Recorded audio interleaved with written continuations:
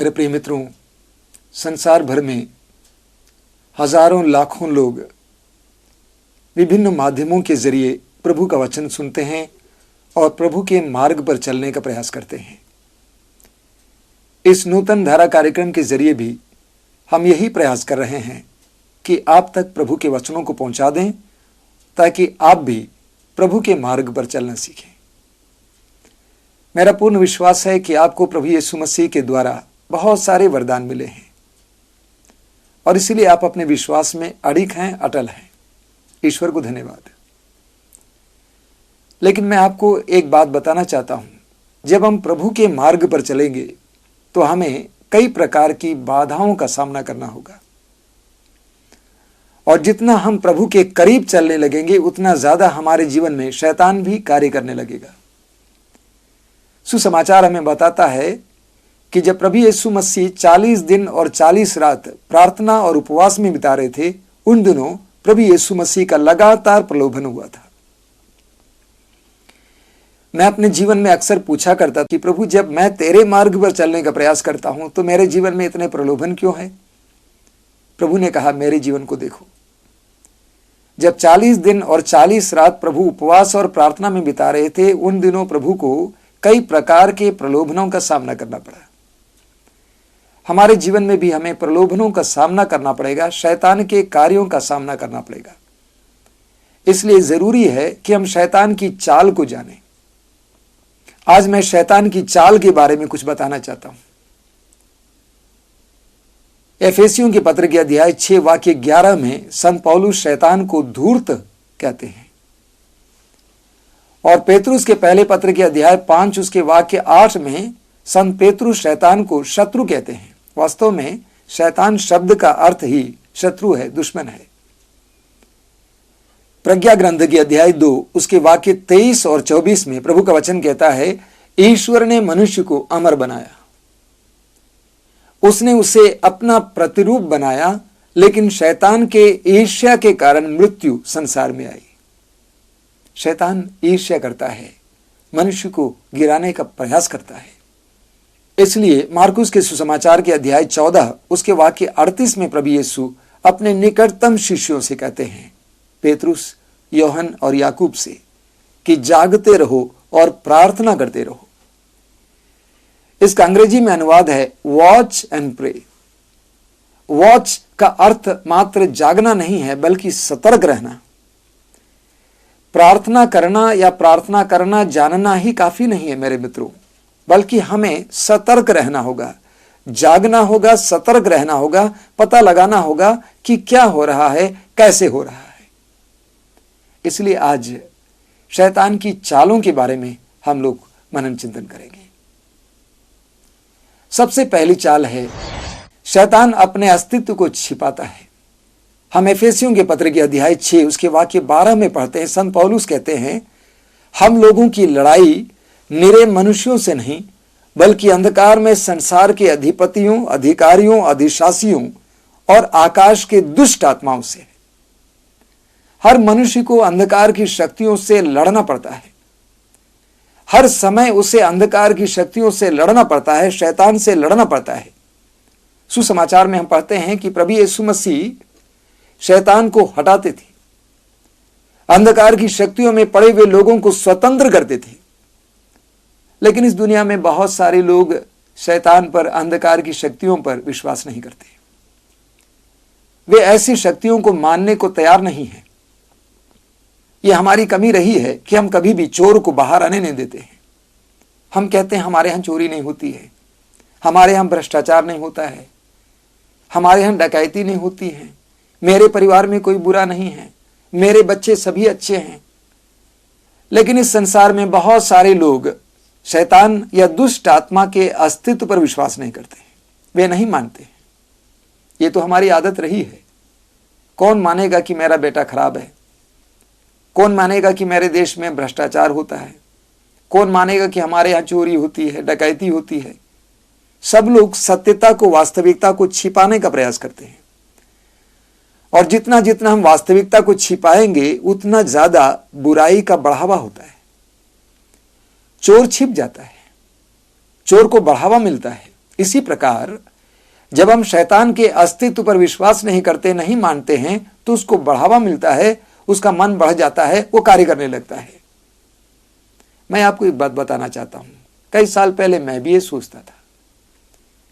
कुछ महीनों पहले बंबई में एक अखिल भारतीय कन्वेंशन में जाने का मौका मिला। वहां पर एक भाई ने आकर मुझसे पूछा, आप मुझे बताएं, क्या शैतान है, दुष्ट आत्माएं हैं? मैं तो सोचता हूं वो सिर्फ मेरे मन में है। मैंने कहा, न केवल आपके मन में, बल्कि आपके जीवन में, आपके व्यवहार में भी आप शैतान को देखेंगे। प्रभु यीशु मसीह और संतों से ज्यादा आप और हम इन आध्यात्मिक प्राणियों के बारे में नहीं जानते हैं।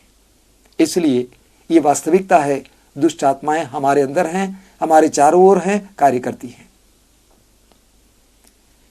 शैतान की दूसरी चाल है प्रलोभनों को और अपने झूठ को तर्कपूर्ण ढंग से हमारे सामने रखना। शैतान झूठ बोलता है।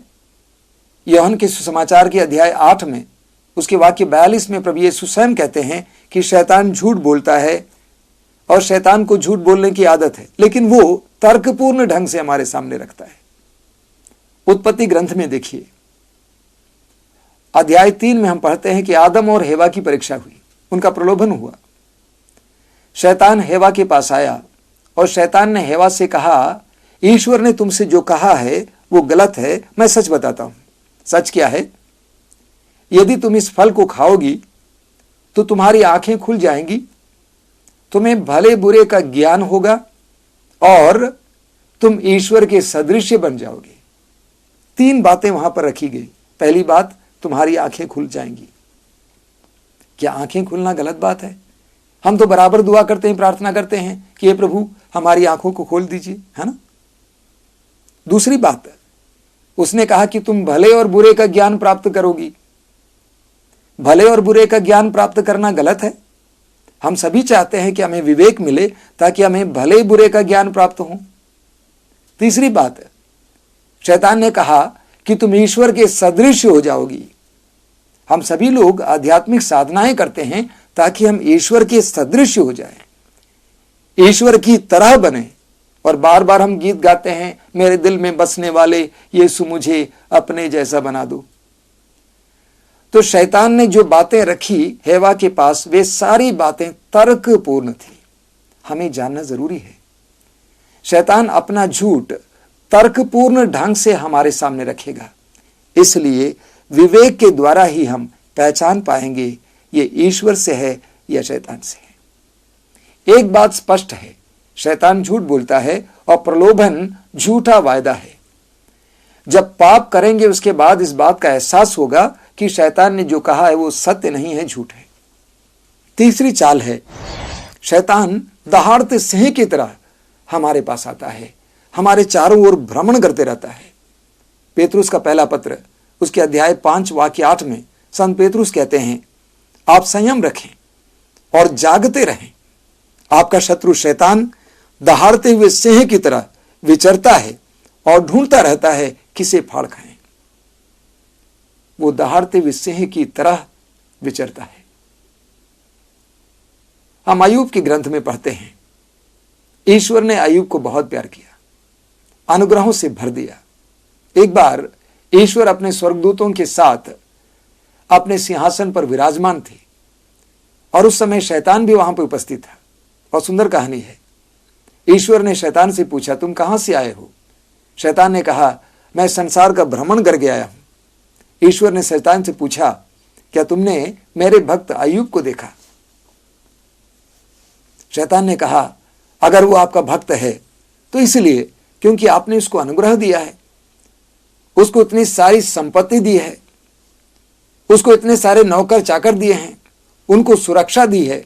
आप इन सारी चीजों को छीन लीजिए, आप देखेंगे उनके जीवन में क्या होगा। ईश्वर ने इजाजत दी।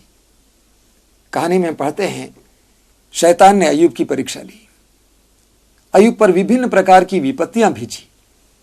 हम अय्यूब के ग्रंथ के अध्याय 1 में पढ़ते हैं, उसके वाक्य 14 से, एक संदेश वाहक ने आकर अय्यूब से कहा, बैल हल में जुते हुए थे और गधियां उनके पास चर रही थी। उस समय शबाई उन पर टूट पड़े और आपके सेवकों को तलवार के घाट उतारकर सब पशुओं को ले गए। केवल मैं बच गया और आपको यह समाचार सुनाने आया हूं। वह बोल ही रहा था कि कोई दूसरा आकर कहने लगा, ईश्वर की आग आकाश से गिर गई, उसने भेड़ों और चरवाहों को जलाकर भस्म कर दिया, केवल मैं बच गया और मैं आपके समाचार सुनाने आया हूं। वह बोल ही रहा था कि एक और अंदर आया और कहने लगा, खलदई 3 दल बनाकर ऊंटों पर टूट पड़े और आपके नौकरों को तलवार की घाट उतारकर पशुओं को ले गए, केवल मैं ही बच गया और आपको ये समाचार सुनाने आया।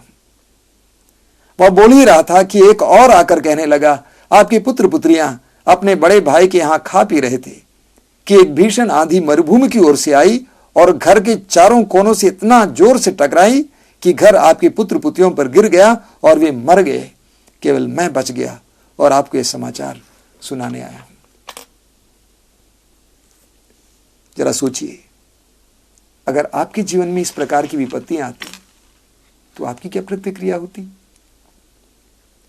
शैतान जब विपत्तियां भेजता है, इसी प्रकार हमें तोड़ने के लिए भेजता है, हमें तोड़ने का प्रयास करता है।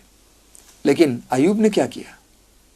वचन में बताता है, इन सारी बातों को सुनने के बाद अय्यूब ने अपने सिर मुड़ाया और मुंह के बल गिर पड़ा और ईश्वर की स्तुति करते हुए कहा, मैं नंगा ही अपनी मां के गर्भ से आया और नंगा ही इस पृथ्वी के गर्भ में जाऊंगा। ईश्वर ने दिया, ईश्वर ने वापस लिया, ईश्वर को धन्यवाद। एक सच्चा भक्त, सच्चा विश्वासी, वो शैतान की चाल को जानता था, इसलिए वो टूटा नहीं।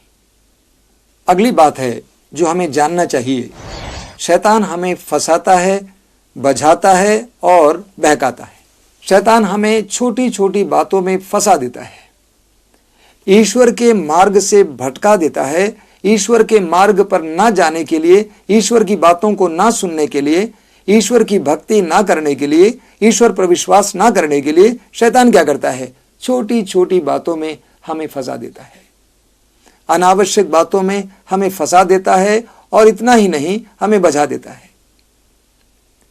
मैं एक ऐसे भाई को जानता हूं जो शिक्षित होने के बावजूद, उनकी पत्नी है और बच्चे हैं, इसके बावजूद एक दूसरी लड़की के साथ उनका रिश्ता हो गया है और अपने घर से दूर पति पत्नी के रूप में जी रहा है।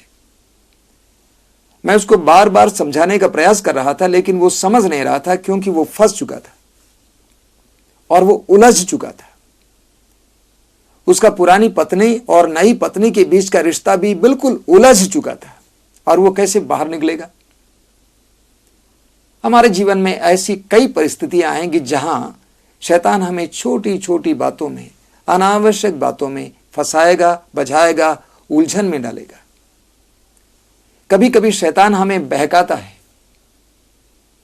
प्रभु के मार्ग से छोटी छोटी बातें बताकर बहका देता है। एक भाई बार बार बोल रहे थे, मैं आपके यहां आना चाहता हूं प्रार्थना के लिए, लेकिन पता नहीं रविवार के दिन जो ही मैं घर से निकलता हूं, कोई ना कोई दोस्त मिल जाता है जो मुझे अन्यत्र ले चलता है। शैतान हमें इसी तरह बहकाता है। हमें शैतान की इस चाल को जानना होगा। मैं सोचता हूं बहुत से आध्यात्मिक लोग, बहुत से विश्वासी इस बात को नहीं जानते हैं। वे फंसे हुए रहते हैं, वे उन बातों से बाहर नहीं निकल पाते हैं। आश्रम में रहते हुए मुझे भी बार बार इस तरह का प्रलोभन हुआ है। छोटी छोटी बातों में शैतान फंसाने का कार्य करता है। कभी कभी मैंने देखा है, जो बातें नजरअंदाज करने लायक हैं, उन बातों को मेरे सामने लाया जाता है शिकायत के रूप में, ताकि मैं उन बातों में उलझ जाऊं और प्रभु के मार्ग से भटक जाऊं। मेरा विश्वास कमजोर पड़े, मेरा प्रभु के प्रति प्रेम और भक्ति कमजोर हो जाए। हमें शैतान की इस चाल को जानना होगा। कई और बातें हैं जो हमें शैतान के बारे में और जाननी है। एक और बात है कि शैतान हमें अतिवाद की ओर ले जाता है, एक्सट्रीम कार्य कराता है, एक्सेस कार्य कराता है। उदाहरण के लिए, पवित्र आत्मा ने आपको यह प्रेरणा दी कि आप 3 दिन का उपवास करें, लेकिन तुरंत शैतान वहां पे आएगा और कहेगा 3 दिन से क्या हुआ, 30 दिन का करो, ताकि आप टूट जाएं, बीमार पड़ें। इसी तरह शैतान हमारे हर कार्य में अनावश्यक गति प्रदान करता है। उदाहरण के लिए, आपको प्रेरणा मिली कि आपको प्रभु के लिए, प्रभु के राज्य के लिए यह काम करना चाहिए। मान लीजिए आपको यह प्रेरणा मिल रही है कि आपको अपने परिवार को संभालने के बाद कुछ समय सुसमाचार प्रचार के लिए समय निकालना चाहिए, या अपने आय से कुछ धन ईश्वर के राज्य के प्रसार के लिए निकालना चाहिए। लेकिन तुरंत शैतान वहां पे आएगा और आपकी गति बढ़ाएगा और ज्यादा पैसा देने के लिए मजबूर करेगा, ताकि आपके परिवार में झगड़ा हो जाए और आप जो भला काम करना चाहते हैं उसमें रोक लगाए। यह शैतान की चाल है, अतिवाद की ओर ले जाना, कभी कभी ईश्वर के राज्य के लिए अति उत्साह उत्पन्न करना, और हम इतने अति उत्साहित होंगे कि सारी बातें बिगाड़ देंगे। शैतान की चाल है, ताकि प्रभु के राज्य के लिए हम कार्य ना कर सकें, प्रभु के मार्ग पर हम ना चल सकें। एक और बात हमें जानना चाहिए, वो बात यह है कि जब हम चरम सीमा पर हैं, उसी समय शैतान हमें गिराने का प्रयास करेगा। आध्यात्मिक रूप से चरम सीमा पर हैं, अपने नाम और यश के चरम सीमा पर हैं, आर्थिक रूप से चरम सीमा पर हैं, बौद्धिक रूप से चरम सीमा पर हैं, उस समय शैतान मारने का प्रयास करेगा। मैं एक उदाहरण देना चाहता हूं। मान लीजिए हवाई जहाज अपने रनवे पे दौड़ रहा है और उस समय कोई भी जानवर या कोई भी चिड़िया या कोई भी चीज उसे ज्यादा हानि नहीं पहुंचा सकती है। लेकिन ठीक इसके विपरीत जब वो आसमान पर उड़ रहा है, उस समय एक छोटी सी पक्षी उसको हानि पहुंचा सकती है। यही हमारे जीवन की भी हालत है। जब हम अध्यात्म की ऊंचाई पर है, उस समय शैतान हमें मार गिरा सकता है, और जब हम ऊंचाई से गिरेंगे तो हमारी चोट बहुत ही ज्यादा होगी।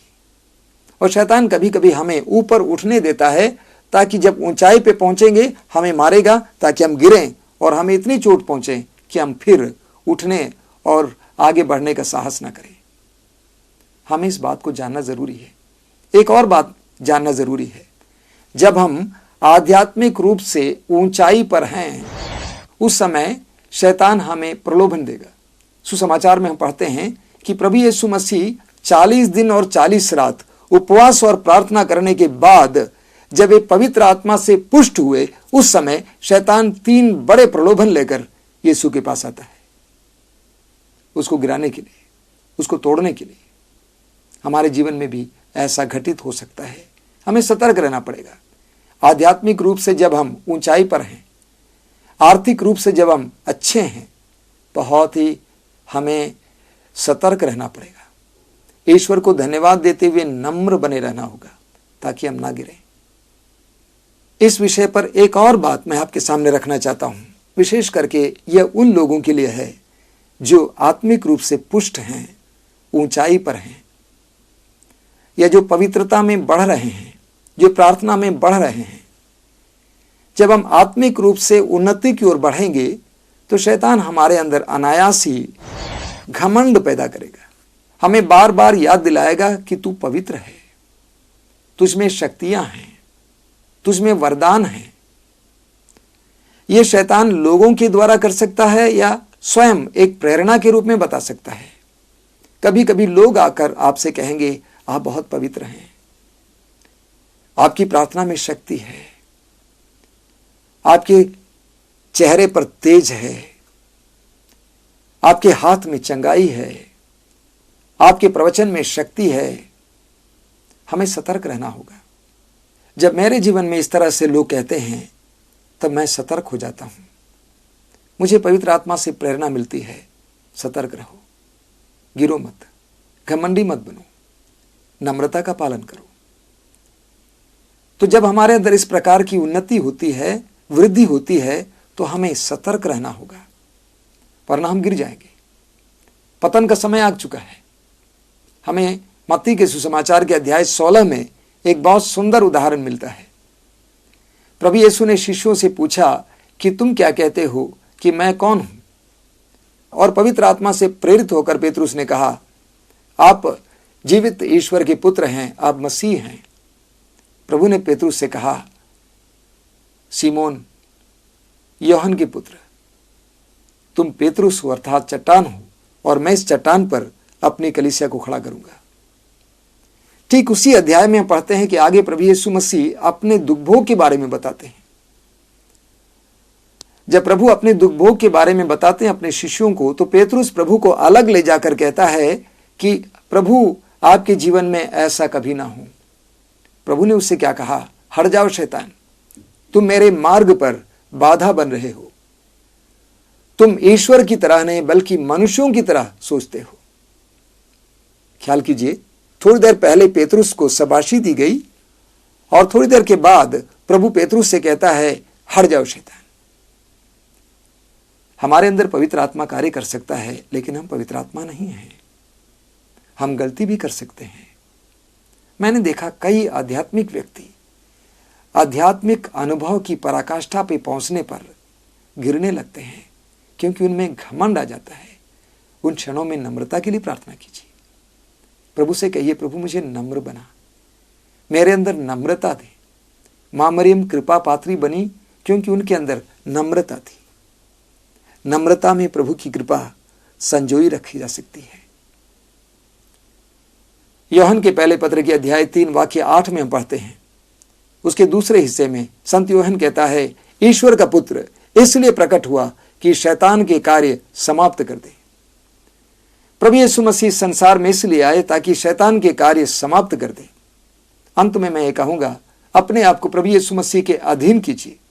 प्रभु से बार बार कहिए, प्रभु शैतान ने मेरे जीवन में जो कार्य किया है, जो कार्य करना चाहता है, उससे मुझे छुटकारा दीजिए। सुसमाचार में हम पढ़ते हैं कि जब शैतान प्रभु यीशु मसीह के जीवन में प्रलोभन लाया तो प्रभु ने क्या कहा? प्रभु ने शैतान के साथ कोई सौदा नहीं किया, बल्कि सीधे शैतान से कहा, हट जाओ शैतान, हट जाओ शैतान। मैं बताना चाहूंगा, शैतान के साथ हम मोलभाव नहीं करेंगे, हम नहीं जीतेंगे, बल्कि प्रभु के सामर्थ्य से हमें उससे कहना होगा, हट जाओ शैतान। आइए हम प्रार्थना करें। अपनी आंखें बंद कीजिए। इस समय संत मिखाएल की विशेष मध्यस्थता द्वारा हम प्रार्थना करेंगे। मां मरियम की विशेष मध्यस्थता द्वारा हम प्रार्थना करेंगे। सभी संतों की विशेष मध्यस्थता द्वारा हम प्रार्थना करेंगे कि प्रभु यीशु मसीह, तू मेरे जीवन में शैतान की चालों को जानने की कृपा मुझे दे। शैतान के हर फंदे से बचने के लिए मुझे कृपा दे।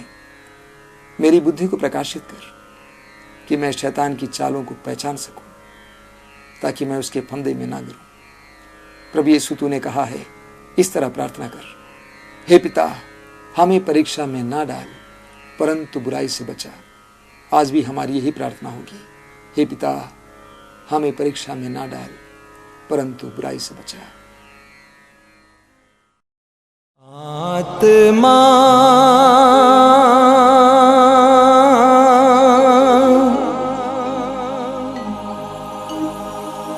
पावना